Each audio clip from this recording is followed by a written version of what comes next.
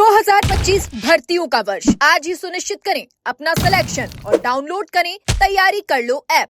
क्या हाईकोर्ट के अंदर सरकार को कड़ी फटकार राजस्थान उच्च न्यायालय के न्यायाधीश समीर जैन साहब ने लगाई और उन्होंने कहा कि मुख्यमंत्री जी के पास गृह मंत्रालय है और जब पहले आपने रिपोर्ट दी उसके अंदर आपने कहा कि भर्ती रद्द होनी चाहिए।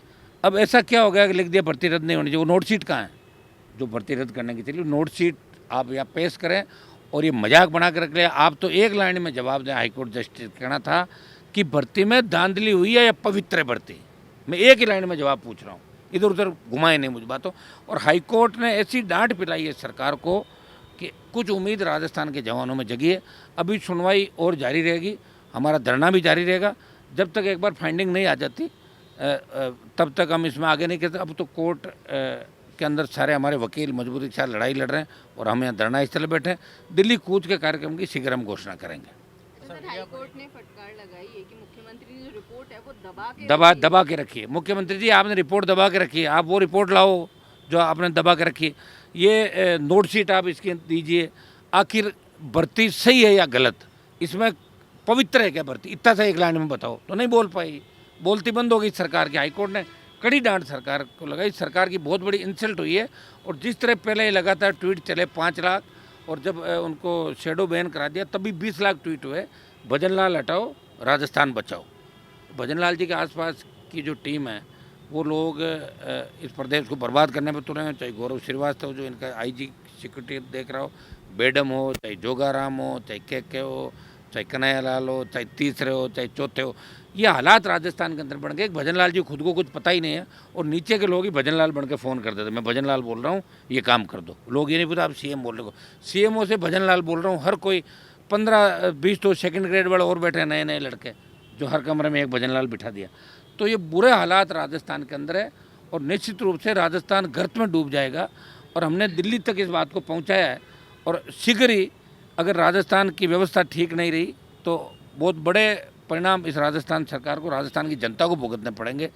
आज रिया बड़ी के अंदर जहाँ मैं 5 दिन पहले गया था 20,000 लोग थे और सरकार के साथ ये समझौता हुआ कि गलत तरीके से जो बजरी की लीज आवंटित हुई है और गलत रवाना से जिस तरह स्टॉक इकट्ठा कर लिया इन्होंने 2-3 लाख, उनका ड्रोन सर्वे करा के FIR दर्ज करा के और 177 की कार्रवाई करा के और निरस्त करें। तो सारी चीज़ें 2 दिन से चल रही थी। आज वहाँ धरना दे रहे थे गांव वाले, लोग पहुँच गए गाड़ियाँ लेके। मैंने कलेक्टर को कहा भी था। अब कलेक्टर भी ऐसे ही है, तो कमज़ोर आदमी है, मजबूत आदमी नहीं। नागौर का कलेक्टर मौके पे कभी जाता नहीं, बस कमरे में बैठे बैठे करता रहता है। SP भी मौके पे नहीं जाता, कमरे से ही घुमाता है सारा। और SP की ज्योति मिर्धा की जो एक्स MP है, मेड़ता MLA लक्ष्मण और 5 विधायक और 20 भाजपा के नेताओं की वहाँ पे पार्टनरशिप है। किसी की 5 पैसा, किसी की 10 पैसा, जो फोकट में मिले वही सही, नुकसान किया भाई। अब इन्होंने ये तय कर लिया जो आए वही खा लो, बाद में पता नहीं नंबर आए कि नहीं आए। इसी में राजस्थान के राजनेता लगे हुए, कांग्रेस BJP के। और ये दुर्भाग्य है, पिछली बार जिस बजरी माफिया से हमने राजस्थान को मुक्त कराया, पूरा 2 साल हमने दिया, अब नया बजरी माफिया राजस्थान में पनप रहा है। अभी टोंक के अंदर जिस तरह पप्पू की हत्या की गई, जिस तरह अधिकारियों पे बजरी वाले डंपर और चढ़ कुचलने का उनको प्रयास करते हैं, आए दिन जो घटनाएं हो रही है।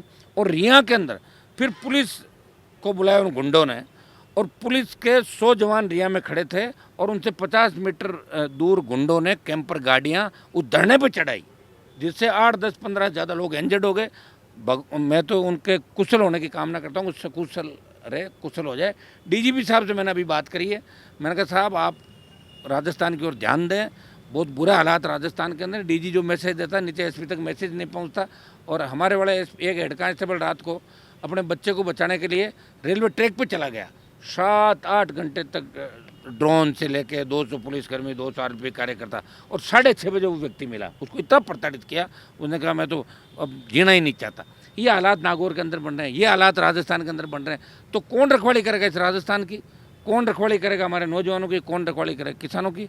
हम मजबूती से आजकल के अंदर एक बिगड़ती हुई कानून व्यवस्था इनको लेके कोई बड़ा आंदोलन इस SI भर्ती का आंदोलन के साथ साथ हम करेंगे।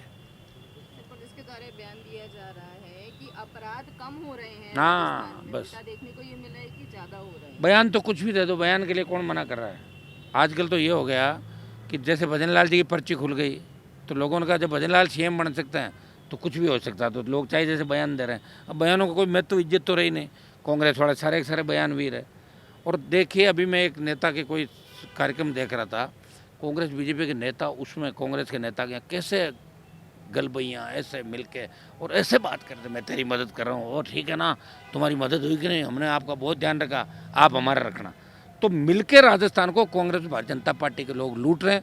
सीएम को समझना चाहिए और नहीं समझे तो सीएम साहब पूर्व मुख्यमंत्री लगते हुए देर नहीं होगी। मुझे तो लग रहा है कि बहुत बड़ा प्रेशर में मुख्यमंत्री, बहुत बड़ा प्रेशर होगा। राज्यपाल से आनंद फान में मिल के आए, कहीं इस्तीफा तो नहीं दे दिया, पता थोड़ी चलता किस चीज़ का, अंदर लिफाफा हम दे दे इस्तीफा, पता नहीं लगे। क्योंकि दिल्ली वाले सख्त नाराज है कि मुख्यमंत्री जी से राजस्थान नहीं संभल रहा है।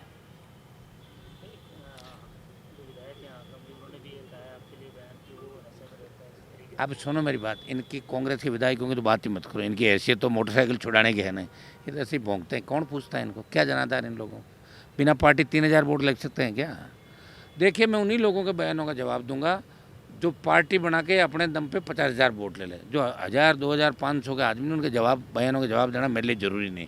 कौन क्या कर रहा है, हाथी चलता है, बहुत लोग भोंकते हैं, क्या फ़र्क पड़ता है इससे? अब देखते देखते हाईकोर्ट हो सकता है कि जन भावनाओं का हाईकोर्ट ने ये भी कहा जन भावनाओं को देखते हुए हम करेंगे। हाईकोर्ट फैसला कुछ भी दे, राष्ट्रीय लोकतांत्रिक पार्टी 1 लाख जवानों के साथ दिल्ली कूच करेगी, प्रधानमंत्री को और गृह मंत्री को चैन से नहीं बैठने देंगे हम।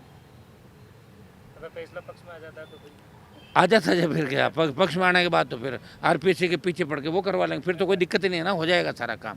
लेकिन दुर्भाग्य देखे कि बजरी के मामले जो नए चालू हैं और जिस तरह पॉलिटिकल लोगों ने बजरी माफिया का रूप ले लिया, तो फिर गरीब जनता कहाँ जाएगी, ये बताओ मुझे। नए खनिज के पट्टे जारी करें, गलत अगर पट्टे जारी हो गए वहाँ वापस DSR डिस्ट्रिक्ट सर्वे रिपोर्ट मंगा के और इनको गरीब किसानों को उनके खेतों में पट्टे दिए जानी चाहिए। ये मेरी हमेशा मांग रही, आगे भी रहेगी। मैं अभी विधायकों को, पूर्व विधायकों को भेज रहा हूँ, मेरे तक सीटें रही हैं, उसके बाद आवश्यकता पड़े तो मैं इस बार जाऊँगा, और इस बार जाऊँगा तो मैं खाली हाथ नहीं आऊँगा। इस बार बड़ा ऑपरेशन होगा आपस के अंदर।